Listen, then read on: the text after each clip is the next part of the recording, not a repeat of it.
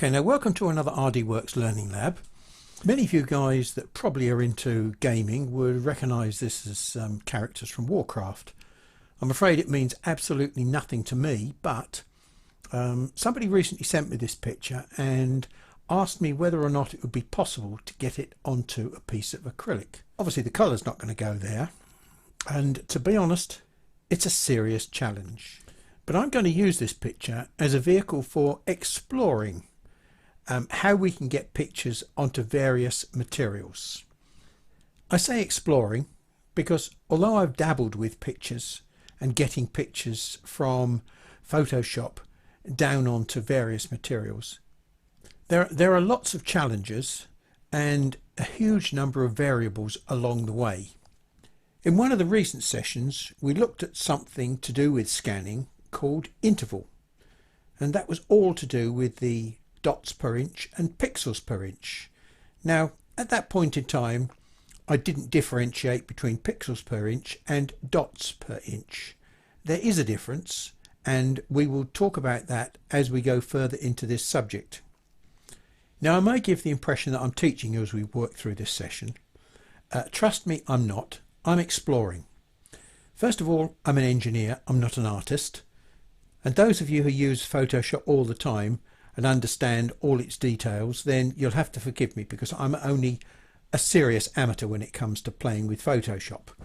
The one thing I do know is that if you don't prepare your picture properly, it will never go down onto your medium. Now this picture could be finishing up on one of any number of mediums. It could be going down onto wood, leather, it could go onto card or paper, or maybe you're etching through paint onto a stainless steel mug or something. There's glass, there's coloured perspex, there's clear perspex. I could go on and on and on. We can't just take one picture and send it onto any old medium. We've got to adjust the picture to suit the end medium that it's going on. So what I'm going to do first of all is to choose a nice simple medium, which is a piece of white card, and then what we'll do is to see just how bad or good that picture transfers onto other mediums. Now there are any number of YouTube videos out there that will show you how various people adopt different techniques for getting these pictures down onto an engraving. I'm going to do it my way. Now my way might be the same as theirs, but all I can say is I'm not consciously copying anybody else's method. Well, the first thing I'm going to start with is here, image size. We're going to check what we've got by way of a raw material to work with. Now the most important thing that we are interested in is resolution. In the recent video I indicated to you that probably 300 was about as good a resolution as we're really sensibly going to be able to work with. Well, I'm going to change that slightly now, and I'm going to modify this and I'm going to ramp it up to 600 resolution. Okay, now that's going to make this picture grow dramatically on the screen. But now I'm going to go back to image and image size. Now I could reduce it to an actual size, but I know the size that I want roughly is about 2400. Okay, now we can see across the top here in millimeters that it's about 4 inches wide and probably somewhere in the ridge just over 2 inches tall. So it's not a huge picture. But then again, it is a huge file, and if we start making the picture very big, you get to a point where if I was to probably go 4 times this size at 600 dots per inch, there wouldn't be enough memory on the machine if I cleared all the programs out. So just to make this a little bit easier to work with, I'm going to zoom in on it. Okay, let's make a start. I'm going to go up here to image, and the first thing I'm going to do is go to mode, where you get the opportunity to convert this picture into a grayscale picture. Now obviously grayscale has got no colour information in it, so yes, we want to discard the colour information. So now we've got 256 shades of grey in that picture, running from pure white to black. We've got all sorts of things we can play with in Photoshop. I want to try and make it as easy as possible, and one of the most powerful commands that I've come across, although we have got things in here called levels, which I will just show you. Basically we can play with lightness and contrast, and then we can play with different aspects of the picture here with this central one, or we can narrow down the total spread of the picture. Yeah, there are things that you can do in here. I mean, that looks quite good in itself, because if we take a look at the left-hand eye there, that's nice and crisp. The hair in the background is not bad at all. That's come out. The features on the sword are, they're a bit light. We've got all the detail in his beard here, which is good. And also we can see the highlights in his hair. So that's not a bad setting. We'll cancel it and we'll put it back to where it was. So we'll go and see if we can achieve the same thing elsewhere in a slightly simpler manner. We've got adjustments and we come down here to shadow and light. Now immediately I've got some settings in here from a previous occasion. Let's come out of the shadow and see what happens when we pull it right up to the top. Well, that is pretty good, because we can see all the hairs on the left hand side there. We can see the details of that little plait. We've got nice crisp markings on the sword. Look at those two rings on his tooth. And the quality of his beard here and his hair is nice and crisp as well. Maybe a bit over crisp, but it doesn't matter. Bear in mind I said we are trying to exaggerate this picture to get a good end result. Now let's just play with this slider as well and see what happens. So possibly we might want to get rid of some of the highlights and just leave a fairly uniform colour to the faces. Now one of the key things in any picture is to look at the eyes. You've really tried and got to get the eyes as crisp and clear as you possibly can.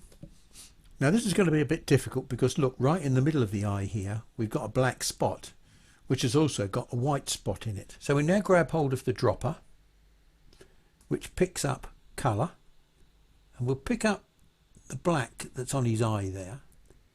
29, we'll take that down to something smaller. There we go. And then we'll paint the middle of his eye out.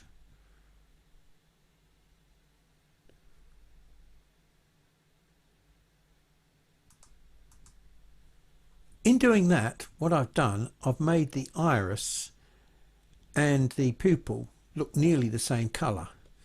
So maybe what I should do, there's another tool here, it's called a dodge tool. Let's make that.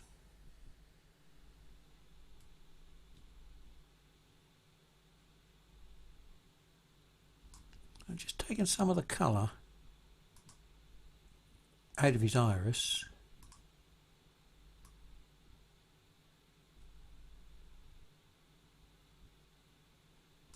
I want to leave it round the outside because we need delineation.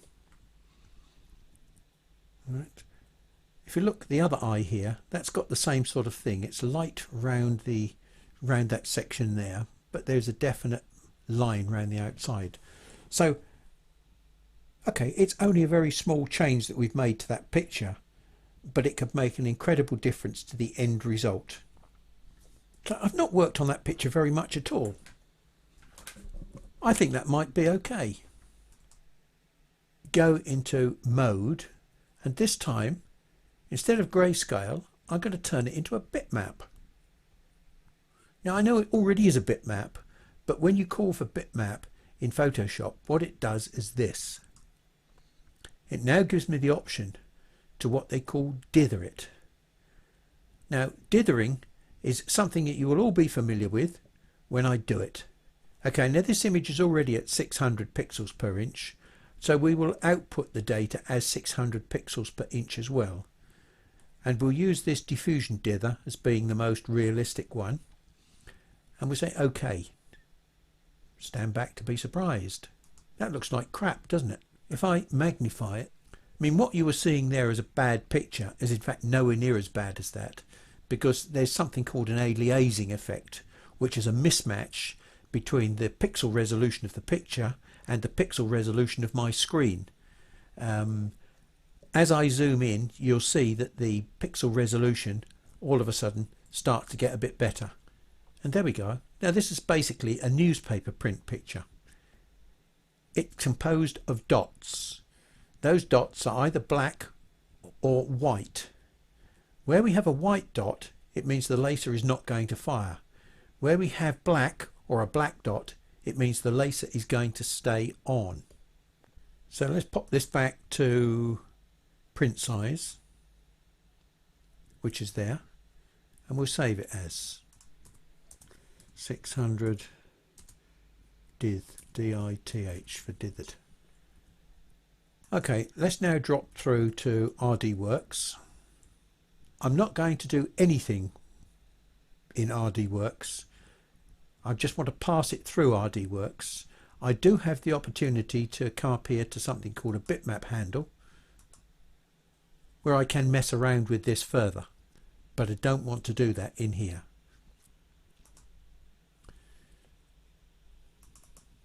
So speed, well, the maximum I can run is 500 millimeters a second. I think that probably to get the right depth and contrast, 500 tends to be a bit on the, well, there's a balancing act. I could do 500 millimeters a second, and I can put the power up to probably maybe 20%. And these are the sort of parameters that you have to experiment with. I'm going to put that up to 500 so that it goes a little bit faster.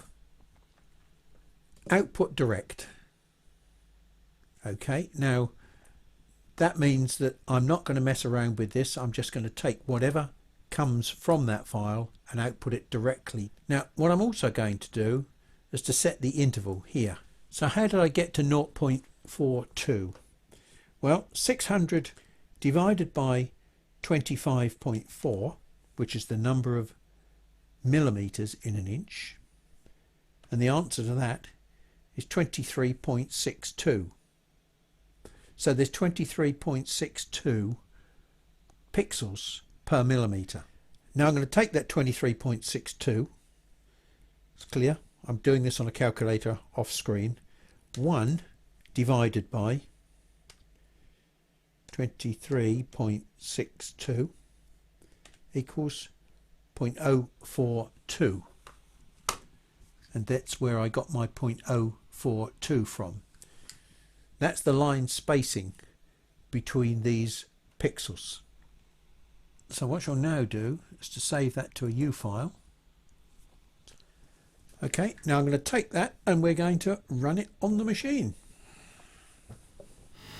Okay, well, now what I've got here is a piece of white card. Now this is about 1 millimeter thick, and it's the sort of card that you use for mounting photographs or, you know, oil paintings. Now just to make sure that it stays flat, I'm going to put a couple of small magnets on it. The other thing that I didn't show you while I was in RDWorks was that I reset the head position to start at the bottom center of the picture. Now I've done that so that all the fumes, as they come up, get drawn towards the extraction at the back there, and that means they will be drawn over clean paper. If they're going to stain the paper, that's fine, but they won't stain anything this side, which will be where I should be building and doing my engraving from. So the engraving will remain clean. Although this is not a very big picture, it's only about 4 inches by 2.5 inches. It's still at 600 pixels per inch, represents quite a huge file, and it takes typically 5 minutes or more to load into the machine. So here's our first power and speed guess. I've got 13% power and 500 millimeters a second. And you can see the smoke lifting up very gently in the air. I'm now going to turn the extraction on.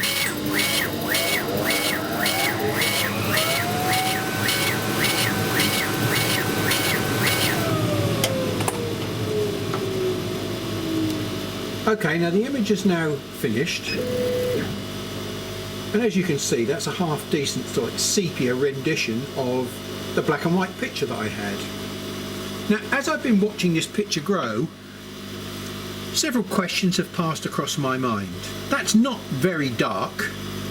Can I get it darker by increasing the power and putting more burn or scorch into the paper? I don't know. There's the answer to that question. So we're going to find out, because what we're going to do now is do an alternative one. From 13, I'm going to go right up to,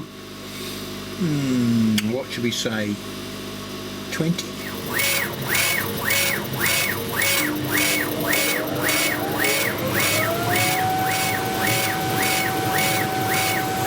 Okay, so as we expected, this one is darker than this one, but there's something very strange happened here, which I'm going to explore a little bit more after I've done one more test. Now we're going to go and discuss these results and look at them in great detail, because there's lots and lots of questions that seem to be coming out of this, just these first two pictures.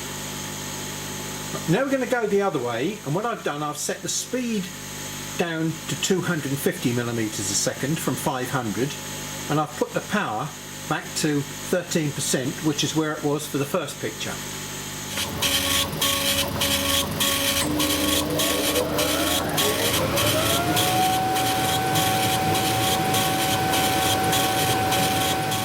Well, I think you can see that that looks pretty good. I mean, the first one was not bad. We've managed to make it darker by decreasing the speed, and that's the difference. This is 500 millimeters a second, and this is 250 millimeters a second. Now I'm going to try one other thing in here, and that is I'm going to take both the power and the speed down yet again. The speed to 150 millimeters a second, and I'm going to take the power down nearly as low as I can go, which is about 11%. If I go much lower than 11%, I've hardly got the tube working. My goodness, I'm looking forward to seeing the results of this. And that will then pose quite a few questions. Wowee. That is definitely the best yet.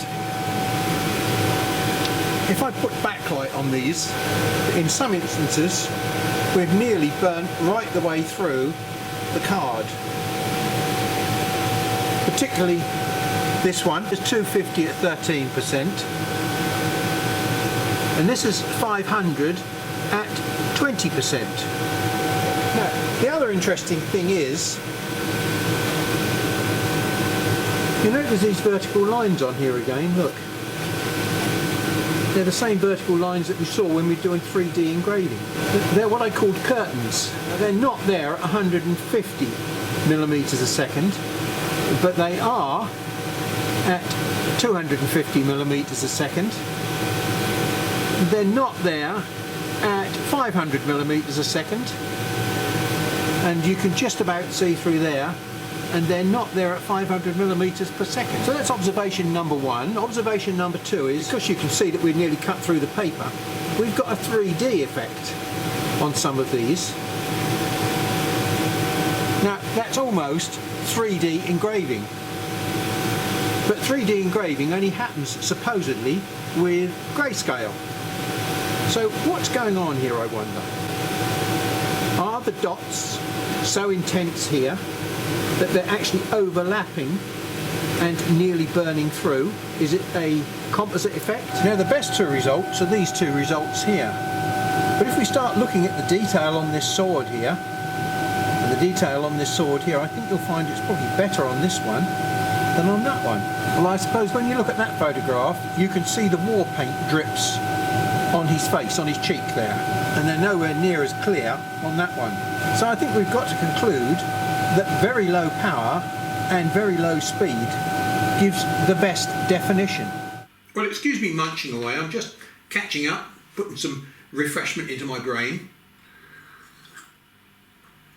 There's been lots of questions arising from this work. I was expecting it to be fairly straightforward, but in doing this, we've raised lots and lots of questions. And as a result of that, I've taken time out and I've done a couple more tests. Now these tests are the same picture, but done at 300 dots per inch. Coming closer and I'll explain. Now, first of all, I was puzzled by the 3D nature of these pictures. And that set me thinking. Now, I know they're not 3D because you can only produce 3D by using the 250 steps of grayscale engraving that's available to you. Now, I've written this wrong on here. It shouldn't be 46%. That should be 46 watts and 10 watts. So between 10 and 46 watts, which in terms of percentage on my machine is somewhere in the region of about 11% and 21%. So I've got 10% of power to work with, and in that 10% of power variation, I've got to squeeze white, black, and 254 increments of grey into that 10% to get grayscale engraving. So I know this is not grayscale engraving because I haven't set a max and a min. I've got my power set to 11%, 11%, 13%, 13%, 20%, 20%. So there's definitely no grayscale engraving involved with this. I did have a flash of inspiration as I was doing these pictures. And what I'm going to try and do is to work my way through logically the process that my brain seemed to go through in a few milliseconds. And when we look closely around here at the eyes and these teeth, you can see, although this is a very dark picture, I really ought to have lightened it up. It demonstrates what we're trying to achieve, and that is that we've got lots of individual black dots on a white background. And the density of those dots is the thing that's giving us the gradations. But what we're going to do is take a quick look, rather than the whole picture. We're just going to take a look at a sample area on this eye. Because we've got white, we've got grey, we've got black, we've got all the shades that we really need in this area. And when we zoom on that, here's what we see. There's the pupil, here's the iris, and here's the ring around the outside of the iris. Now this is really, really large, as you can see, and it clearly shows you all the white pixels and lots of individual black pixels. So to try and break this problem down into very small, manageable and understandable pieces, what I'd like you to do is follow me with this procedure. First of all, I'm using a 1.5 focal inch lens.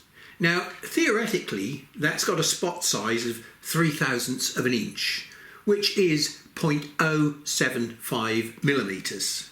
Now, what I'd like you to imagine is that all these spots at 0.003 of an inch are joined together like this. If I look at 1 inch and I divide it by 0.003, it means I'm going to get 333 dots per inch. The alternative way of describing that is 13.1 dots per millimetre. And just for round numbers, we're going to say 13 dots per millimetre. To simplify things down to an understandable level, I'm just going to take one scan and look at one small section of it, a millimetre long. There's a difference between pixels and dots. So here we've got a grid of 13 by 13 pixels, and here we've got a grid of 13 by 13 dots. No, this is not a crossword puzzle. This is in fact just one little section of this picture. Now, this is not a real section, this is one that I have invented, but it demonstrates the point that I want to show you. Now, we're going to concentrate on just this first line here. Now, via RDWorks, this is the picture that we sent to the machine. So by way of defining the resolution and the spacing, we defined the dots per inch to match the pixels per inch. So my expectation would be that I would be seeing a picture very similar to this. Here's how I imagined it would happen. Black, white, black, white, black, black, black, white, black, black, white, black, white, black. And to make the laser beam fire, you have to send a signal to it from the controller. The signal switches on current and makes the current flow through the tube. So here we are, we've got a pulse. Switches the laser beam on, sends a dot, the laser beam switches off because the next pulse that comes along is a white one. So we don't need the laser beam on. And then we turn the laser beam on and off. On, off, on, off, on, off, and we get dot, dot, dot, nothing, dot, dot, nothing, dot, nothing, dot. That's the pattern that I was expecting. Now, once we've got our series of on-off signals, what we need to do is take a quick look at what's happening in the laser tube itself. Now, I'm going to summarise again very quickly how the laser tube works. We've got 10% nitrogen, 80% helium, and 10% carbon dioxide. Now, I've described them in that order because that's the importance order. Number one, the tube will not work without the nitrogen, because the first thing that happens is you have to apply some high voltage to the nitrogen, and the nitrogen basically ionizes, a bit like lightning, and that then allows current to be conducted. Now, the amount of current carried by the nitrogen are these milliamps. The more milliamps the nitrogen carries, the hotter it gets. And you can't have a hot gas in a glass bottle. So the helium is there, 80% helium is there, to conduct the heat out to the water jacket. Now, the mechanism of the nitrogen ionizing, which was your pink glow, and the helium cooling it, is a mechanism that will exist even when the tube is dead. Once the nitrogen is excited with different levels of current, and the more current that you pass through the nitrogen, the more excited and energetic it will get. It will get to a certain level of energy, and those atoms of nitrogen will collide with the molecules of carbon dioxide. And some of the energy from the nitrogen will be transferred to the carbon dioxide. Now, that raises the energy level of the carbon dioxide to a point where it doesn't want to be. Now, that extra energy is eventually given up in the form of a photon of light. Now, it's invisible light. Don't confuse the pink glow in the tube with the laser energy, because the two things coexist. They're completely different, and the pink glow will be there whether there's any laser energy or not. We've got the nitrogen getting excited, transferring energy to the carbon dioxide, which then gives up its energy in the form of a photon. And I'm not going to go into the magnification effect of how these photons get amplified, but eventually the photons come out the end of the tube as usable infrared energy. So as we can see all over this picture, we have got individual black pixels. Now, that means that the laser beam must be off, then on, then off, then on. When it switches off, it's starting from zero, and it takes a finite amount of time for the current to build up and for the power to appear out of the tube. Now, I've got no idea what that timing is, because I'm not a physicist and I'm not an electronic expert. I'm guessing at something like 1 millisecond, a thousandth of a second. Now, a thousandth of a second in electronics and physics terms is like 2 years. It's like 100 years. It's an enormous amount of time. But there is a lot that's got to go on in this very short thousandths of a second. So I'm going to use this thousandths of a second just as a basic time scale. It may be totally wrong, but it will do to demonstrate the point that I'm making and explain how this whole mechanism works. Let's carry on with our dot approach, and let's see what happens. So we've got here beam propagation. We've set it to say 13%. Doesn't matter what the percentage is, but we've told it to go to 13% power. So the beam rises to 13% power, stays at 13% power, and then switches off. And of course, that allows us to burn a pixel. So here we are burning a pixel, and we're burning 3 pixels, blop, blop, blop, and then 2 pixels. So that works wonderfully well. Now here's a close-up of the eye, and here's what I'm expecting to see. Oops. It's brown and scorched, and I'll try and give you a little bit of a road map as to what you're seeing here. Let's just pull this over a bit. Round here, this white area is the iris part. Here we've got the black of the pupil, and in the middle of the pupil there's a white area here. Now, and here we've got this big white area down at the bottom here. Doesn't look very good, does it? At 300 pixels per inch, we're talking about an interval of 0.084 millimeters. And in fact, the theoretical spot size is 0.075.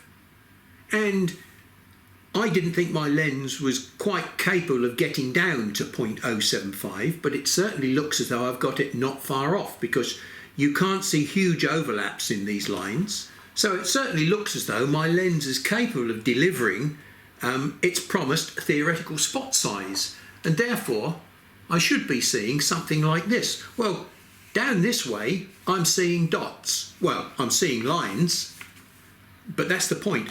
I'm seeing lines. I'm not seeing dots. So what on earth is going on? Let's take a look away, because this is a bit confusing. Although you can see here, it's slightly darker than here. You know, we've got different shades of brown here because it's scorched paper. Now, if I look into another area, which is around the cheek area, where it's basically a light colour, there should be black spots here. Can you see any black spots? There are some spots here, very, very pale grey, slightly darker brown grey, darker brown. There are lots of different coloured degrees of spots on here. And that begs the question, what the hell is going on? Why haven't we got black spots everywhere in this area, which should be grey and have a random set of black spots in it? The laser's tried to do something, but what has it tried to do? That's the question. Now, both of these are done at 300 millimeters per second. And this is the picture that they were taken from. I zoomed in with my microscope on this eye and took these pictures. And then I moved to the cheek and took that picture. Right, so having done our 13% at 300 millimeters a second, you would reasonably expect that if you were to increase the speed, it might get lighter, because the power is in one place for a shorter period of time. That's the way that my logic would work. And sure enough, here we are. Let's compare the two. And definitely this one is lighter, because this one was running at 500 millimeters a second. When we start looking at this picture, look, here we've got the iris with the white dot in the middle, and here we've got the white dot in the middle. We've got the pupil, and then we've got the iris around the outside. But look at the density of this material. It's changed from being lines to being more dots. And there is an element of dottiness about it, but it's a bit strange. And then over on this side of the picture, where we had dark before, we've got vaguely visible dots. So something dramatic has changed. There's no fixed power to the dots. As we've increased the speed, so we've decreased the power in each dot. Now, how can that come about? We've reached the point where we've asked all the questions. And basically what we've done, we've arrived at a murder scene. We know that somebody's dead. We can see a gun and we can see 2 bullets. We've got most of the information, but we've got no idea what went on. Was this a suicide? Well, if it was, he was pretty bloody careless, because he had 2 shots. So I think we can conclude from this that this was a murder, not a suicide. That's the sort of approach that we're going to have to take to try and unravel this problem. We're trying to reverse engineer how this machine is working by the evidence that's presented to us. Was my original supposition about the way these dots were formed totally wrong? And I concluded I must be wrong, because that isn't how the picture is telling me the dots are formed. The dots are formed in a completely different way. Here we've got my supposition, and here is what I think is probably happening to produce the results that we see. We don't have individual switch on and off for every dot. What we have is, if we've got a single dot, we switch on and off, on and off. And if we've got joined up dots, black on black on black, they all join together and the beam stays on, and then it goes off, then it stays on again for two, and then it goes on and off for individual pixels, which it has to, because otherwise they would all be black. So the fact that there's switching taking place is a certainty, but how that switching is taking place, I got wrong, because I'm sure that it is like this. Now, as soon as you put this picture into the frame, it all starts to become a lot clearer. Okay, so let's have a little bit of an analysis of this particular picture. First of all, we're only looking at 1 millimetre of travel on one of these scans. And this is that 1 millimetre of travel with its pixels. Now, we're running this at 300 millimetres a second. Millimetres per second. And this is only 1 millimetre of travel. So how long does it take to travel this 1 millimetre? Well, the answer is 0.0033 of a second. In that 0.003 of a second, there are 13 pixels. Now, that basically means every pixel is taking place in 250 microseconds. So every pixel has got to fire incredibly quickly. Now, I don't know whether the machine is capable of doing that or not. As I said, I've guessed at some numbers here on this beam propagation chart. So let's take a look at what actually is happening here. We've got 250 microseconds for the first pulse and the second pulse. Then it goes to 750 microseconds, then back to 500, then back to 250 and 250. Now, if we look at this chart here, the current or the milliamps are rising. And how quickly are they rising? Basically, the power is rising over a period of time. And if that period of time is 250 milliseconds, then if we pull this graph across here, here's how much it rises in 250 milliseconds. It then switches off, jumps to the next pulse and rises by 250 milliseconds, drops down, and here it has 750 milliseconds to rise up to a different higher value. Now, the numbers that I've put on here are basically watts. I've assumed that I've got 5, 10, 15, 20 and 25 watts on these increments here. So I'm using these numbers just as a guide to give you an impression that what we're doing as we change the length of line, the length of the black line, so that the actual power that we achieve changes. So when we do a 2 dot, we only get up to 11 watts. So here we've got 3 powers in this 1 millimetre. Basically what we've just done is, through dots, we've generated a grayscale, because depending on the blackness will be the amount of power that we put in. I mean, even with 3 dots, we haven't reached the maximum potential. This will be a shade of brown, this will be a lighter shade of brown, and this will be an even lighter shade of brown. Now I presume you can anticipate what might happen when we use a faster speed? We'll put the speed up to 500 millimeters a second, and can we prove why we get a lighter picture? And here we are. This time these are all scaled up to match the scale of this. And this time at 500 millimeters a second, we have 0.002 of a second, and that is then only 150 microseconds for every pulse, which is an even shorter period of time. So consequently, the rise does not get as high on any of these pulses. And so we can see here the difference. We've got less browning because we've got lower powers. 5, 5, 3, 3, 17, 10, 11, 7, 5, 5, 3, 3.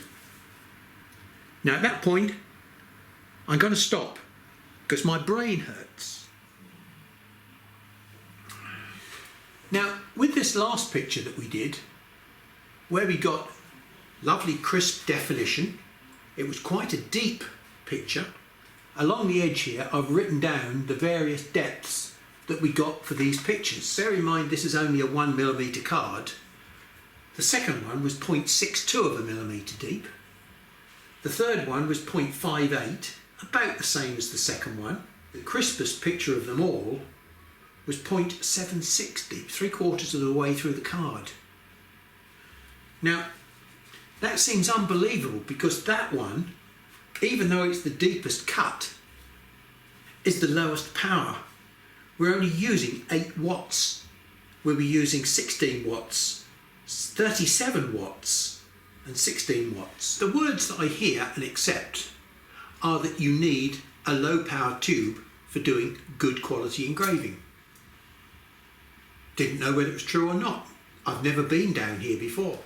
If we look at the characteristics for my tube, which are these green ones here, this is the sort of thing that you might expect if you've got a 100-watt tube. In other words, it'll go up extremely rapidly at the front end here when you've got very low power. So you'll have very little control of power if you've got a 100-watt tube down at this low end. So a 100-watt or 150-watt tube is fine for cutting, but not for engraving. So be careful what you wish for. There is a reason why they have twin head lasers, and this is the reason. They'll have a 40-watt tube on one for engraving and a 150-watt tube on the other for cutting. Interesting. Well, there's a lot more that we've got to learn, and it's difficult to say which direction I'm going to go in next time. There are so many more things to be learned about engraving, but I've got other things that I want to do initially before I get stuck further into engraving. That was quite a startling set of revelations today, and it's a great foundation upon which we can build our engraving exploration. What happens if we have a 600 resolution picture and we do 300 resolution dots, or vice versa? How does the quality of the picture change? What sort of quality picture do we need to make the best out of putting it onto glass, or onto stone, or onto acrylic? Now, acrylic is a very interesting one. Now, there was a time when I thought that this series was only going to run for about 6 months and all the material would then dry up. Hey, here we are, 2 years in, so Peter might give me a call before I get to solve the final problem, in which case you will be on your own. And until the next session, goodbye.